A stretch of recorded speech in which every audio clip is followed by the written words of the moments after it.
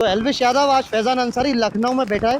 तेरे अंदर या तेरे बाप में हिम्मत है तो फैजान अंसारी को कॉलर तक हाथ लगा के बता, और फिर तू बॉम्बे आके बता, मैं तुझे बताऊंगा फैजान अंसारी कौन है। फेम की जरूरत तो मुझे है नहीं, मैं इंडिया का फर्स्ट ऐसा इन्फ्लुएंसर हूँ जो वर्ल्ड वाइड वायरल है। बॉम्बे की बॉलीवुड पार्टीज में, गोवा की पार्टीज में एल्विश यादव ड्रग सप्लाई करता है। एल्विश यादव का सबसे पहला कनेक्शन अगर बॉम्बे में किसी के साथ है तो वो मनीषा रानी के साथ है। उमर रियाज जब बिग बॉस के घर में था, उसने मेरी दोस्त के साथ फ्रॉड किया। तो सारे इन्फ्लुएंसर सुन लो, तुम कोई भी हो, किसी के भी बेटे हो, किसी की भी खानदान से हो, अगर गलत करोगे तो फैजान अंसारी जवाब देगा।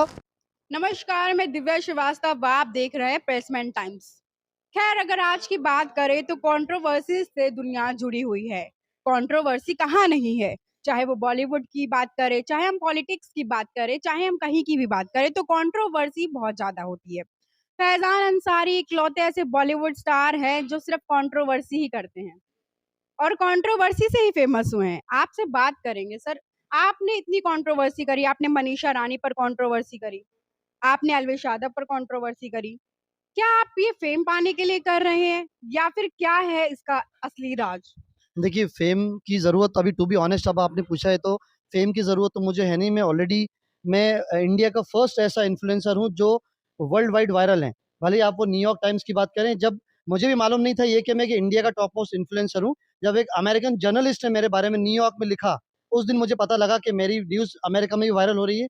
उसके बाद एक गल्फ न्यूज़ में एक अरबिक जर्नलिस्ट ने, दुबई, अबू धाबी के न्यूज़पेपर है मेरे बारे में, जब खलीज टाइम्स में आर्टिकल आया, जब मुझे पता लगा। और उसके बाद जब कराची, लाहौर के स्टूडियोज़ में मेरी न्यूज़ चली, जब मुझे पता लगा। और उसके बाद पाकिस्तान कराची का एंकर जब रास्तों में लोगों के पास जा के मेरे बारे में बात कर रहा था, जब आयशा मानो की मेरे साथ जो वीडियो वायरल हुए थे, तब मुझे पता लगा। तो मैम, मुझे उस चीज़ की ज़रूरत नहीं है। हाँ, मनीषा रानी ने गलत किया था तो मैंने उसके अगेंस्ट आवाज़ उठाई। क्या गलत किया था? क्या गलत किया था मनीषा रानी? मनीषा रानी एल्विश की खास दोस्त थी, और जब स्नैक वेनिंग में एल्विश यादव का नाम आया था मैम, तो सबसे पहले फैजान अंसारी ने खुलासा किया था कि ड्रग डीलिंग में भी एल्विश यादव का हाथ है, सिर्फ स्नैक वेनिंग में नहीं है। बॉम्बे की बॉलीवुड पार्टीज में, गोवा की पार्टीज में एल्विश यादव ड्रग सप्लाई करता है। ये मैंने पहले भी टाइम्स नाउ में एक्सक्लूसिव बोला है। इसमें मनीषा रानी का कनेक्शन कहाँ से आता है? मनीषा रानी अलविश यादव को बिग बॉस ओटीटी से पहले जानती ही नहीं थी और ना ही उनकी इतनी अजीज दोस्त रही हैं कि आप उनके ऊपर एलिगेशंस लगा देते हैं कि वो भी उनके साथ शामिल हैं। मैम, अभी सभी को पता है एल्विश यादव का सबसे पहला कनेक्शन अगर बॉम्बे में किसी के साथ है तो वो मनीषा रानी के साथ है। क्योंकि जब वो इस स्कैंडल में आया था, स्नेक वैनिंग में और ड्रग एडिक्शन में आया था, तो मनीषा रानी उसकी क्लोज दोस्त थी और वो पुलिस से भागा भागा फिर रहा था, फरार था। तब मैंने स्टेटमेंट ये दिया था टाइम्स में कि एक बार आप मनीषा रानी का फोन कस्टडी में लेके प्लीज चेक करिए, जिसके लिए मैंने मुंबई कमिश्नर से ही पर्सनली रिक्वेस्ट करी थी। अगर आप मनीषा रानी की बात कर रहे हैं तो अभी कुछ टाइम पहले, शायद आपको पता है कि नहीं पता है, इन लोगों का भी एक कंट्रोवर्सी हुआ अलविश यादव और मनीषा रानी का। अ, जो मेन पेज है उस पे शायद उनका रील पेज उन्होंने पेड वो किया था, तो उस पे उनका फोटो नहीं लगा था। इसकी वजह से उन्होंने अलविश यादव को अनफॉलो भी कर दिया, शायद आपको ये बात पता होगी। तो अगर वो कहीं ना कहीं से कनेक्ट होते तो फिर इस तरीके से आपका केस लगाना या फिर उन लोगों का कनेक्शन टूटना, क्या रीजन है? देखिए मैम, रीजन सिर्फ ये है कि ये एक पब्लिसिटी स्टंट है। मनीषा रानी, एल्विश यादव दोनों एक साथ हमेशा से हैं, लेकिन पब्लिसिटी स्टंट के लिए, न्यूज़ में आने के लिए काफ़ी इन्फ्लुएंसर्स अभी ऐसा कर रहे हैं, कुछ भी ऐसा कंट्रोवर्सी क्रिएट करते हैं। सो अनफॉलो फॉलो करके न्यूज़ गेन करने की ये उनकी प्लानिंग है, और बस वही चीज़ें। और आप कंट्रोवर्सी किस लिए करते हैं? मैं कंट्रोवर्सी नहीं करता मैम, आप कोई भी मेरी कंट्रोवर्सी देखिए वो। आपकी हर एक वीडियो पे अगर गूगल पे लिखूँ भी तो कंट्रोवर्सी मैन आप ही का नाम आएगा शायद। मैम, आएगा ज़रूर, बट मैंने जो भी रियलिटी हुई है, जैसे उमर रियाज जब बिग बॉस के घर में था, उसने मेरी दोस्त के साथ फ्रॉड किया था सेंटा क्रूज में बुटीक में। उसने कपड़े लेके गया था बट बिग बॉस के घर में नहीं पहने थे, उसके अगेंस्ट मैंने ओशीवारा में कंप्लेन करी। वो पैन इंडिया वायरल हुई। मुझे मालूम नहीं था मैम ये होगा, जो टाइम सब जगह से मेरे पास कॉल आए। फिर आसिम रियाज से मेरी कॉल पे बात हुई, वो चीज़ बहुत वायरल हुई। तो जो जो चीज़ें होती जा रही, मुझसे पुनीत सुपरस्टार के लिए मुझसे अंधेरी प्रेस कॉन्फ्रेंस से पूछा, मैंने उसके लिए बताया। तो फिर पुनीत से मुझे थ्रेड्स आए। एल्विश के लिए मैंने बोला तो एल्विश यादव ने मेरा अकाउंट हैक कर लिया। ये मुझे जानना है आपसे। फैजान अंसारी जी, मुझे ये बताइए, आपने अलविश यादव के ऊपर आई थिंक एफआईआर करी और आपने बताया कि स्नेव रे पार्टी के बारे में आपने सबसे पहले जानकारी दी थी। इतनी जानकारी आपको कैसे कि अलविश यादव के खास कनेक्शन आपके दोस्त हैं? नहीं मैम, मैंने खुद बॉलीवुड पार्टीज में सुना था कि स्नेक वेनिम नहीं, एल्विश यादव भी ड्रग डील में इन्वॉल्व है। वही मैंने टाइम्स और सब जगह अपने इंटरव्यूज में कहा है, और फाइनली वो खुलासा हुआ है। 14 डेज की कस्टडी में एल्विश यादव गया था। सो और उसके बाद उन्होंने आपको धमकी दी?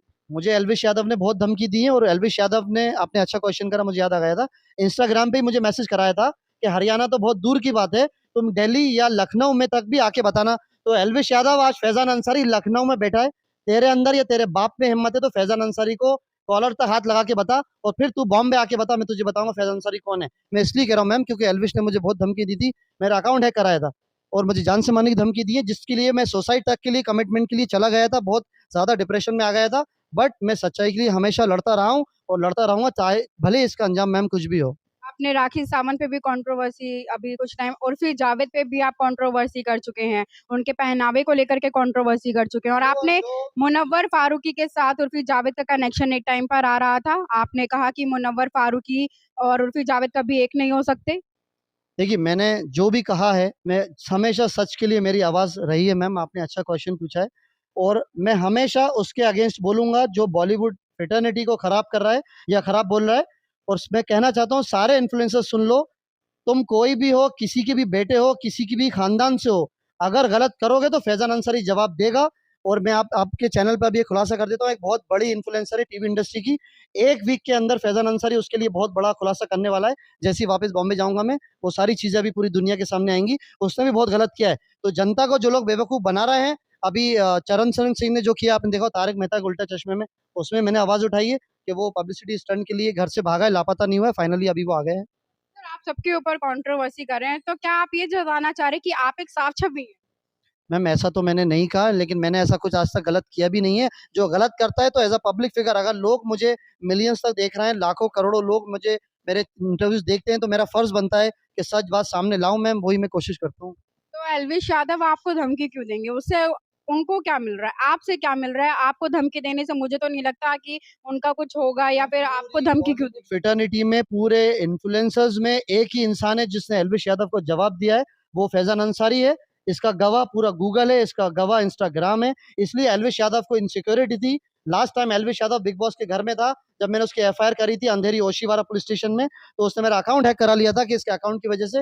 वो भी टाइम्स नाउ में एक्सक्लूसिव उन्होंने खुलासा किया कि आज फैज़ान अंसारी को एल्विश यादव धमकी है, और finally by the grace of God 1 week के अंदर मेरा अकाउंट वापस आया था। मैंने इंस्टाग्राम से एक रिक्वेस्ट करी थी, ईमेल करे थे। सो इसलिए उसको इनसिक्योरिटी थी मैम, इसलिए मेरे पीछे। ये आपकी तो पब्लिसिटी नहीं है कि इंस्टाग्राम हैक हो गया। बिल्कुल भी नहीं मैम, आप गूगल कर सकती हैं और इंस्टाग्राम से आप खुद पता कर सकती हैं, जितनी आपको नॉलेज है। मैं खुद घबरा गया था कि मेरा काम, मेरा घर जो चलता है वो इंस्टाग्राम से चलता है, और आज मुझे दोस्त लिंक भेज रहे हैं कि आपका इंस्टाग्राम खुल नहीं रहा। तो फाइनली, लेकिन एक प्रोसेस है, किसी के साथ भी ऐसा होता है तो अकाउंट वापस आ जाता है अगर आप जेन्युइन हैं तो। पाकिस्तान की जो वीडियो वायरल हुई थी, गर्ल जिसने डांस किया था भीगा भीगा है समा, उनके साथ आपका लव कनेक्शन दिखा रहे हैं। क्या क्या है इसके पीछे का राज़? वो मेरा पहला लव था, आयशा मानो से जो मेरा पहला लव था, जो मैंने जो मेरा ज़ूम पे कराची टाइम्स में भी, और डेली पाकिस्तान, जो पाकिस्तान का सबसे बड़ा चैनल है, वहाँ भी मेरा इंटरव्यू आया था। सो वो मेरी एक ड्रीम था, बट उस टाइम वो पूरा नहीं हो पाया, बट आई होप कि फ्यूचर में हो जाए। लोगों ने ये भी कहा कि दुबई में आप उससे जाके मिल सकते हैं, बट उस वक़्त कुछ सर्कमस्टांसेस ऐसे थे कि मैं नहीं दुबई जा पाया, और पाकिस्तान ने मेरा वीज़ा रिजेक्ट करा था, जो पूरी दुनिया को मालूम है। तो पाकिस्तान में आपकी फैन फॉलोइंग आप बता रहे कि है, तो आपका वीज़ा कैसे मैम वहाँ से पता हो है मैम, आप गूगल से पूछ लीजिए फैज़ान अंसारी पाकिस्तान सर्च करके, आपको वो बता देगा। सो वीज़ा मैम पाकिस्तान का बहुत डिफ़िकल्ट होता है, अनटिल अनलेस आपका कोई ब्लड रिलेशन का नहीं है, लाइक सिस्टर, ब्रदर, फादर नहीं है। सो इसलिए मुझे वीज़ा उन्होंने रिजेक्ट किया था, और वो कंट्रोवर्सी बहुत बड़ी हो गई थी। शायद वो लोग इसलिए भी नहीं चाहते थे कि मैं अंदर आऊँ। इतनी कंट्रोवर्सी सर करते हैं, इतनी कंट्रोवर्सी आपके बड़े-बड़े सेलिब्रिटीज़ के साथ आपने कंट्रोवर्सी करी। अच्छा, अभी बिग बॉस की हम बात करें, मैं आप बता दूँ, मुनव्वर फारूकी का आपने सपोर्ट किया और आयशा को आपने गलत बताया। लेकिन आपने आयशा को गलत बताया तो किस बेसिस पे बताया? मुझे जहाँ तक लगता है मुनव्वर फारूकी एक बार शादी कर चुके हैं, फिर उसके बाद आयशा के साथ गर्लफ्रेंड भी उन्होंने बनाया उनको। उसके बाद आप आयशा को ही गलत कह रहे देखिए हैं। मैम, अगर आप मेरे लास्ट इंटरव्यूज़ देखेंगी, जो times of India, Hindustan time और न्यूज़ नेशन ने भी उसको एक्सक्लूसिव कैरी करा था, उसमें मैंने क्लियर कहा था कि आयशा सिर्फ़ मुनव्वर फारूकी की इमेज खराब करने के लिए बिग बॉस घर में गई है, और वही रीज़न था। बट मैंने ये भी कहा था कि ट्रॉफ़ी सिर्फ़ डोंगरी में ही जाएगी, हमारे मुंबई में आएगी, और वही हुआ, ट्रॉफ़ी वही जीती। आयशा कुछ नहीं कर पाई। आयशा ने आके पूरा ट्राई किया था मैम कि वो जिस पॉपुलैरिटी है उसको गेन कर ले और मुनव्वर की इमेज खराब करे, बट मुनव्वर जेन्युइन इंसान है, सबको मालूम है, और जो मुनव्वर ही जीता है फाइनल। अच्छा, आसिम रियाज़ के बारे में आप बता रहे हैं बिग बॉस में कि आसिम रियाज़ कुछ नहीं कर पाए हैं बिग बॉस में। लेकिन जहाँ तक उनकी फैन फॉलोइंग है, एक रियल विनर के तौर पे उनको भी देखा जा रहा था, साथ ही सिद्धार्थ को भी देखा जा रहा था। सिद्धार्थ और आसिम रियाज़ की बात कर रही हूँ मैं, जिसमें दोनों को ही विनर के तौर पे, क्योंकि रनर अप आसिम रियाज़ थे और सिद्धार्थ विनर रहे थे। तो आप कह रहे हैं कि सिद्धार्थ की वज़ह से आसिम रियाज़ वहाँ तक पहुँचे? अभी आपने ऐसे इंसान का नाम ले दिया, अगर पूरे इन्फ्लुएंसर्स में एक ही आदमी चोर है तो उसका नाम आसिम रियाज है और उमर रियाज है। ये मैंने बिग बॉस 15 में उमर रियाज का सच पूरी दुनिया के सामने ला के दिया था, और जब मैंने उमर रियाज की कंप्लेन करी थी तो उमर रियाज बिग बॉस के घर में था, तो उसका फोन आसिम रियाज के पास था, जिसको ओशिवारा पुलिस स्टेशन ने इमीडिएटली मेरे सामने लेडी ऑफिसर ने कॉल करके बात करी थी कि आप ये सब क्यों कर रहे हैं। इतना इतना फेक इंसान आसिम रियाज जैसा नहीं है। और मैं आपको अभी बता दूं, इस वक्त आसिम रियाज खतरों के खिलाड़ी के जर्नी में है। ये सिर्फ टाइम पास कर रहा है, शो को भी खराब कर रहा है, और आसिम रियाज ये शो कभी नहीं जीतेगा।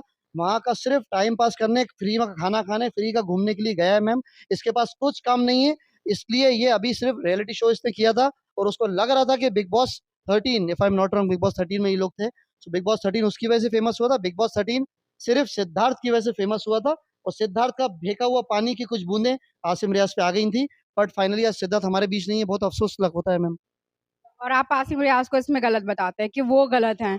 ये किस लिए है? मतलब आप ऐसे किसी को भी गलत बेसिस पे कर देते हैं कि ये भी गलत है, ये भी गलत है, ये भी गलत है, नहीं, तो गलत नहीं है। इंडस्ट्री में सही कौन? मैं ये कहता हूँ मैम कि अगर कुछ बात आप है आपके अंदर या मेरे अंदर या आपके अंदर, तो उसे एक्सेप्ट करने की ताकत होना चाहिए रियलिटी की। मैं वो इंसान हूँ, अगर कुछ कमी है तो मैं अपने आप को खुद ही आईना दिखाता हूँ कि हाँ मेरे अंदर ये कमी है, वो आपको आगे ले जाती है। तो आसिम रियाज ने जो गलती करी, सिद्धार्थ को पीछे खींच के आगे जाने की, शो में उसको बहुत डिमोटिलाइज किया, उसकी वजह से शहनाज भी बहुत शो ही ऐसा है कि आप वहाँ पर मतलब आप डिमोटिवेट हो जाते हैं। सॉरी टू डिमोटिवेट हो जाते बट हैं, वो और उसमें आप ये क्या, हाँ, उसके बाद लेकिन बट आसिम रियाज और सिद्धार्थ की दोस्ती बहुत ज़्यादा फेमस थी उस शो में। आप ऐसे कैसे कह सकते हैं कि वो गलत था या ये सही?